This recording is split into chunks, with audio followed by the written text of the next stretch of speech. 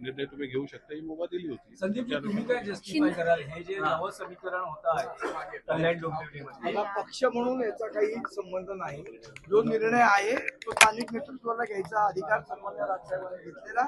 जे स्थानिक राजकारण ज्या पद्धतीचं चालू होतं त्या ह्याच्यात जनतेच्या हिताच्या दृष्टीने जो निर्णय योग्य वाटला तो आमच्या स्थानिक नेतृत्वाने घेतला. पक्ष म्हणून नाही, स्थानिक स्तरावर घेतलाय, पण पक्ष म्हणूनच स्थानिक स्तरावर घेतलेला आहे ना निर्णय. तुम्ही युतीमध्ये निवडणुका लढता. बघा कसं असतं प्रत्येक वेळी आता उद्धव बाळासाहेब ठाकरे गटाने चंद्रपूरमध्ये भारतीय जनता पक्षाला पाठिंबा दिला की नाही दिला. तो त्यांनी त्यांच्या स्थानिक विषयाप्रमाणे तो निर्णय केला ना, तसा आम्ही आमच्या स्थानिक चंद्रपूरमध्ये तुम्ही आणि उबाटा असे एकत्र लढलेले का? कारण समजा जर तो त्यांनी निर्णय घेतला असेल, चंद्रपूरमध्ये आमचे पण उमेदवार लढले, पण तुम्ही युतीत लढला. मुळात असं आहे बघा, आम्ही सगळ्यांचीच लढलो ना कल्याण डोंबिवलीला. आमच्या विरुद्ध 8 उमेदवार यांचे पण होते, उद्धव बाळासाहेब ठाकरेंच्या शिवसेनेचे पण होते, आम्ही शिंदेच्या शिवसेनेबरोबर पण लढलो, आम्ही भारतीय जनता पक्षाबरोबर लढलो, सगळ्यांबरोबर लढलो.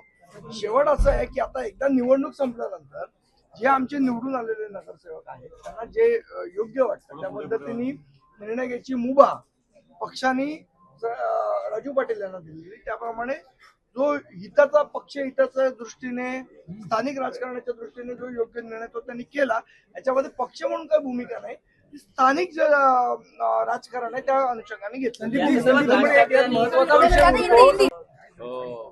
प्रश्न गणिताचाच होता की एकीकडे बीजेपी 50, शिंदेची शिवसेना 53 होती आणि कुठेतरी इतके दिवस तो खेळ चालू होता केडीएमसी आकडे मोड पळवापळी, तो कुठेतरी ह्या परिस्थिती आम्हाला थांबताना दिसत नव्हतं. भविष्यात ज्या काही निवडणुका असतात, समित्यांच्या असतात, कमिट्यांच्या असतात, अशा वेळेस पण काही गोंधळ होण्याची शक्यता आम्हाला दिसत होती. तर अशा वेळी आम्ही कुठेतरी एक बाजू अशी स्टेबल राहावी या हेतून एक पाठिंबा दिलेला आहे. आणि ऑब्विसली शिवसेना, शिंदे आणि बीजेपी हे एकत्र लढत आहेत, त्यामुळे त्यांना समर्थन देऊन आम्ही त्याच्यासोबत जातो. सर, मनसेला काय भेटणार याच्यामध्ये? भेटायचं काय, ते सत्तेत असल्यावर कामं झाली, बस झाली. आम्हाला बाकी भेटण्यासाठी वगैरे आम्ही अजून कोणते पक्ष आहेत? उद्धव ठाकरे पक्षाला तुम्ही काही सांगितलेलं आहे का? तुम्ही एक युतीमध्ये लढले होते. हो बरोबर आहे, आम्ही युतीमध्ये लढलो होतो, परंतु काय झालं, सुरुवात काही नगरसेवक गायब झाले. अशा वेळेस आम्हाला आमच्या नगरसेवकांची चिंता होती, दुसऱ्याची त्या गटाची चिंता होती. कुठेतरी त्यासाठीच आम्ही निर्णय घेतलेला.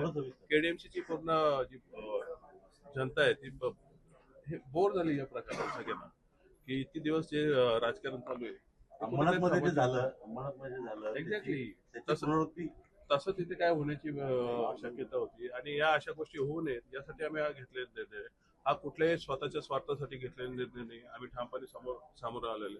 माननीय राजसाहेबांनी आम्हाला जेव्हा आमचे आकडे समोर आले आणि आम्ही त्यांना गणित सांगितलं, त्यांनी आम्हाला सांगितलं की स्थानिक पातळीवर जो तुझ्या नगरसेवकांचा विषय असेल त्याच्यावर निर्णय घ्या, आणि त्या अनुषंगाने आम्ही घेतला. भाजपला बाजूला ठेवले अशी एक चर्चा राज्यभरामध्ये सुरू झाली. केडीएमसी मध्ये भाजपला बाजूला ठेवून कुठेतरी इतर नेते, मला वाटतं भाजपा, शिंदे आणि एकत्रच आहेत ना, त्यामुळे त्यांना बाजूला ठेवायचा प्रश्न नाही.